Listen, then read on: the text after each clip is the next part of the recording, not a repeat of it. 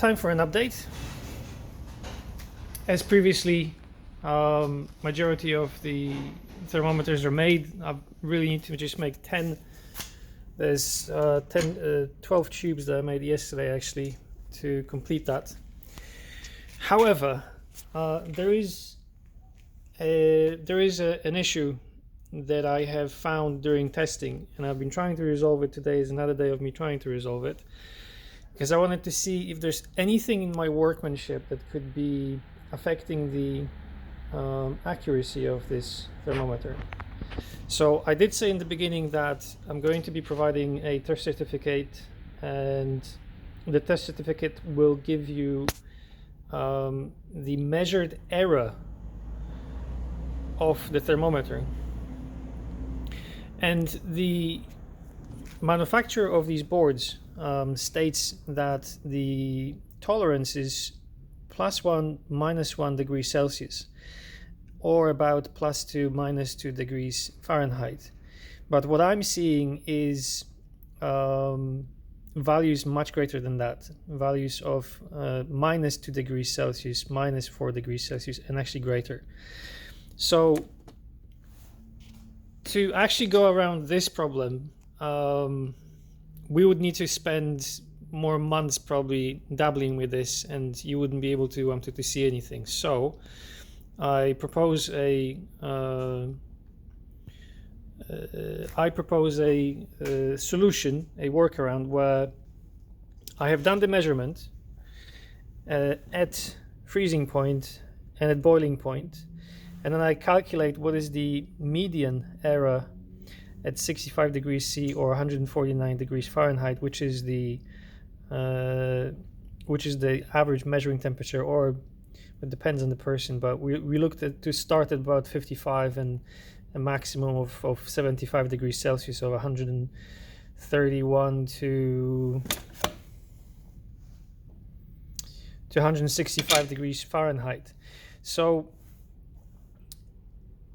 these are the certificates for all of the thermometers which measure within which error is within 4 degrees Fahrenheit or 2 degrees Celsius. So I can't achieve an error of 1 degree Celsius or 2 degrees of Fahrenheit, which I wanted, which was stated by the manufacturer. The manufacturer states the tolerance of 2 degrees Celsius or around 4 degrees Fahrenheit. Therefore, my compromise here is to use that entire tolerance range as the acceptable error. Now the error is stable, so it shouldn't shift. You have a method of doing your own calibration maybe a year from now, but in using my own thermometer, I didn't see any creep of that error. So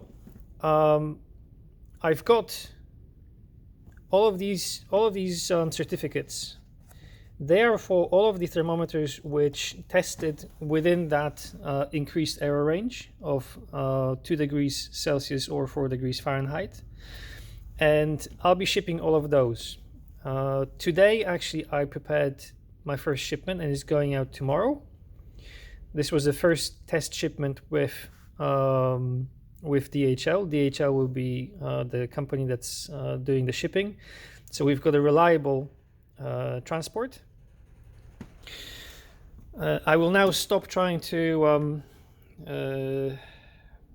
I will stop trying my attempts right now at making any further changes to my workmanship in terms of connecting these the signal line to the board, because it seems that I really don't have any effect on that. Whatever I'm doing, whether changing the amount of solder, removing solder, increasing its amount, lowering its amount, there's nothing that I'm doing that's actually making any visible difference to the result.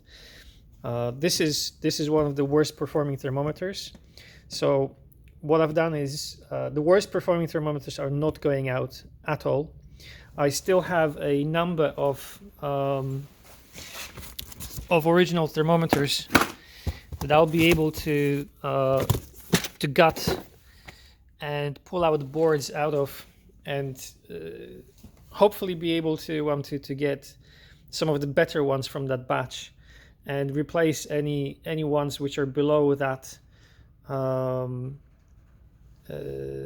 that tolerance that I'm agreeing upon, and hopefully we're going to get the full batch within that increased tolerance. So to sum up, there's a batch of thermometers going out. They'll be shipping next week. DHL seems to have a very efficient network. They're telling me that the box that's going out tomorrow will arrive in the United States, in California, on Monday, which is quite surprising to me even. And this is it. This is basically what I've got left to do is to assemble the final thermometers, and then basically play with the boards of the ones that are there. That's going to take a bit longer as well. I'm sorry for that, but I'm trying to get the best possible product for the price. We still can be quite proud of our achievement in terms of having a completely new product within half a year for a very small budget, with one person developing everything. So all you'll need to do is when you're taking the measurement of your compost, you'll just basically have to remember what is your median error and just add that in your mind to the reading that you're seeing on the screen, and that way that's going to be your true temperature of your compost. So I hope that this workaround, this compromise is good enough for you, and is good enough for what we do here. And again, I'll be shipping next week a batch of thermometers. Apart from the boards, I have a couple of cosmetic issues that I need to work with. Some of the paint came off during the high temperature testing, so that's a good test of how it deals with the higher temperatures. So I need to reapply that. This is epoxy paint, so if I reapply that, it should be fine. And then there's literally a handful, maybe 5 of them, which have got sticky buttons that I just need to take apart and just make minor adjustments to the plastic. And apart from that, this is where we stand right now. Thank you.